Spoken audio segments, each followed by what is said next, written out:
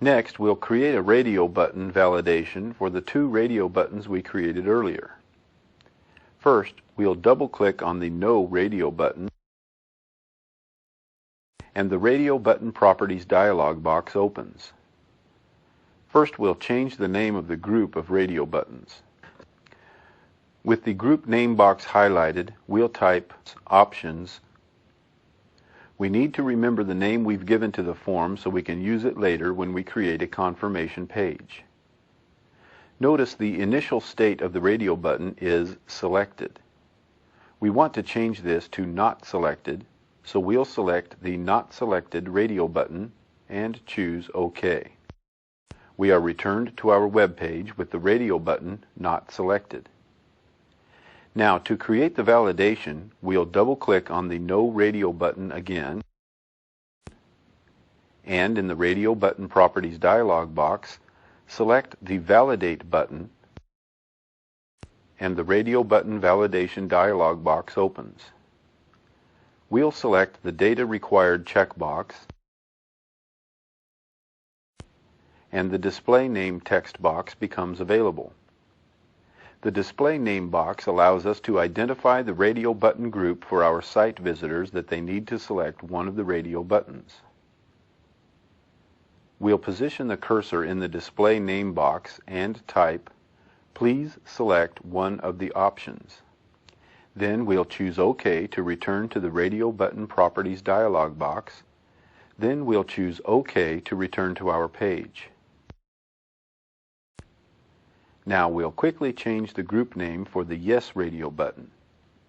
We double-click it, and in the group name box, we'll type Options and choose OK to return to our web page.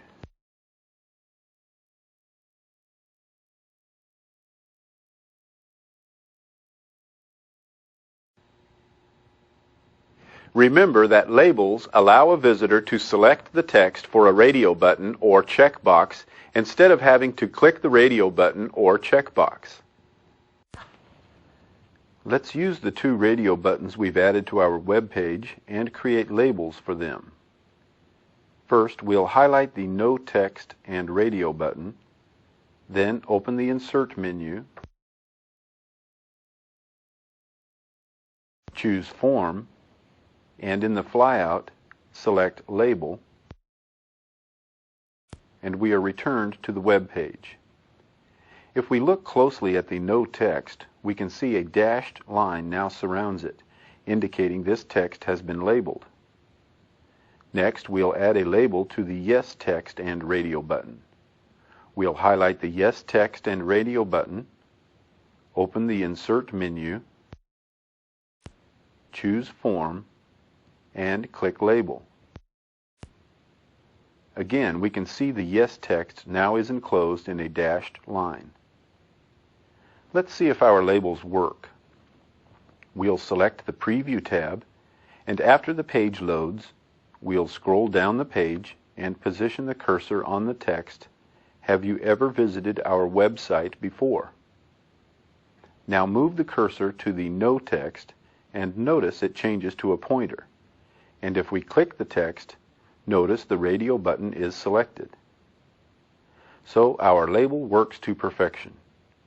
Let's return to the normal page view and learn how to create a drop-down menu or pick list.